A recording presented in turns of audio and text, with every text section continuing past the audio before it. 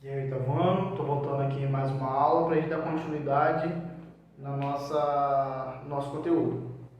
Hoje nós vamos falar sobre o conjunto dos números reais. Só que antes de a gente entrar no conjunto dos números reais, nós temos que falar dos números irracionais. Como que a gente define um número irracional? Quem são eles? Nós podemos dizer que o número irracional são os números reais que não são racionais. Como assim? Lembra que a gente definiu os números reais da seguinte forma: esse número A, ele é um número racional se eu conseguir escrever ele na forma de uma divisão, onde esse C aqui é diferente de zero. Ou seja, se eu conseguisse escrever esse número A de uma forma B dividido para C, então esse número é racional. Agora, o que acontece com um número irracional? Eu não consigo escrever ele em uma divisão. Então, para um número ser irracional, para ele pertencer a um conjunto dos números irracionais, representado pela letra I, eu não posso escrever esse número em uma divisão. Essa é a definição dos números irracionais. Por exemplo, um número irracional é a raiz quadrada do número 2. Que a gente vai ver aqui. 1,4142135. A gente não consegue escrever esse número em forma de divisão, então esse número é irracional. Um outro número super famoso, o número π. Nós não conseguimos escrever o número π em uma forma de divisão. Então, π é um número irracional. Sabendo isso, vamos entrar agora nos números reais. Quem são os números reais? Ele é composto pelos números naturais, que vocês já conhecem, os números inteiros, que vocês já conhecem, os números racionais, que a gente acabou de estudar, e os números irracionais, que a gente acabou de ver. Juntando o conjunto dos naturais, dos inteiros, dos racionais e dos irracionais, nós temos o conjunto de todos os números racionais. Então, nós temos que o conjunto dos números reais é a união entre o conjunto dos racionais com o conjunto dos irracionais. Beleza?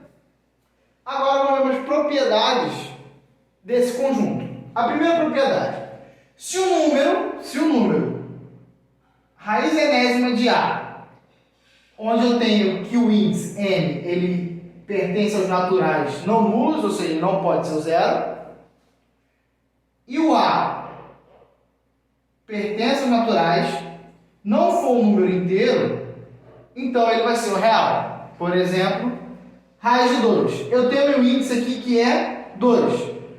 Meu índice 2, ou seja, aqui o meu n, ele pertence aos naturais e é diferente de zero. Ok? Aqui dentro, eu também tenho o 2. 2 pertence aos naturais. Se eu calcular a raiz quadrada de 2, ele não cai no número inteiro. Então, pela propriedade, ele vai ser um número real.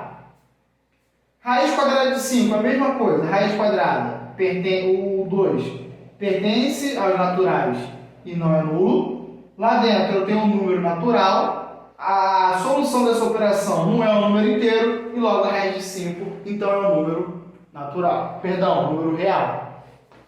Agora para as próximas propriedades.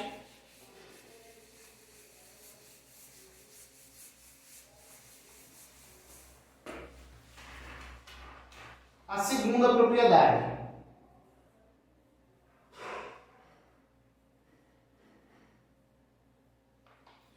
se eu tenho um número A e esse número A pertenceu ao conjunto dos racionais, eu somar com o número B, que pertence aos números irracionais, o resultado dessa soma vai ser um número irracional.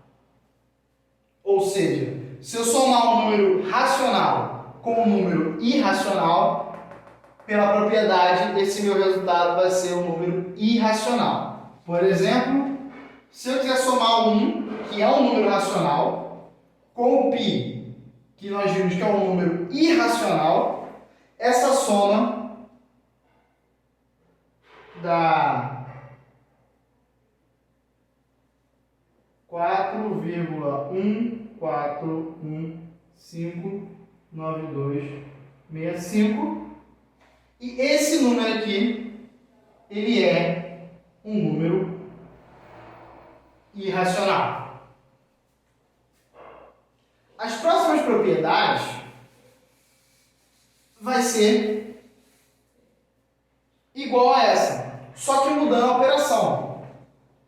A minha terceira propriedade diz que se eu subtrair um número racional de um número irracional, o meu resultado é irracional. E se eu inverter, se eu fizer o A sendo irracional e o meu B sendo racional, o meu resultado também será irracional. Tudo bem?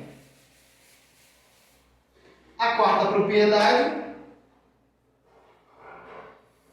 continua a mesma coisa, só que agora eu vou falar do produto. Se eu multiplicar um número racional por um número irracional, o meu resultado meu resultado será irracional. Por exemplo, se eu multiplicar a raiz do número 4 pela raiz do número 3, raiz de 4 é 2, 2 é um número racional. Então, vou multiplicar pela propriedade de potência. 4 vezes 3, isso aqui dá 12, e raiz de 12 é um número irracional. Se funciona para o produto, também vai funcionar aqui para divisão. Então, a minha propriedade 5 é o quê? Minha quinta propriedade. Se eu dividir um número racional por um número irracional, o meu resultado é um número irracional. Se eu pegar o 12, que é um número racional, dividir pelo número π, eu tenho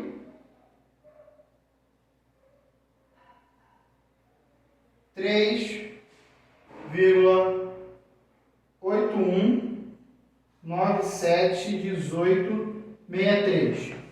12 é um número racional, π é um número irracional e 3,81971863 é um número irracional, seguindo a propriedade. Se eu dividir racional por irracional, o meu resultado é irracional.